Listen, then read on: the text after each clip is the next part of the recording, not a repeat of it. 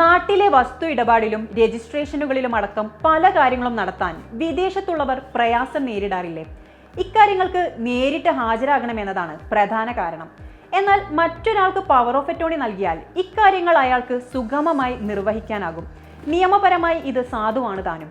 എന്നാൽ power of attorney എടുക്കേണ്ടത് എങ്ങനെയാണെന്ന കാര്യത്തിൽ പലർക്കും വ്യക്തതയില്ല. ഇത് സംബന്ധമായ നടപടിക്രമങ്ങൾ എന്തെല്ലാമാണെന്ന് പരിശോധിക്കാം.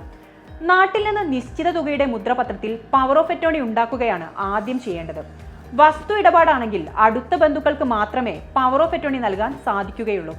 പവർ ഓഫ് അറ്റോർണി വിദേശത്ത് കൊണ്ടുവന്ന് ഇന്ത്യൻ എംബസിയിൽ നിന്ന് അറ്റസ്റ്റ് ചെയ്ത ശേഷം തിരികെ നാട്ടിലേക്ക് അയച്ചു കൊടുക്കണം.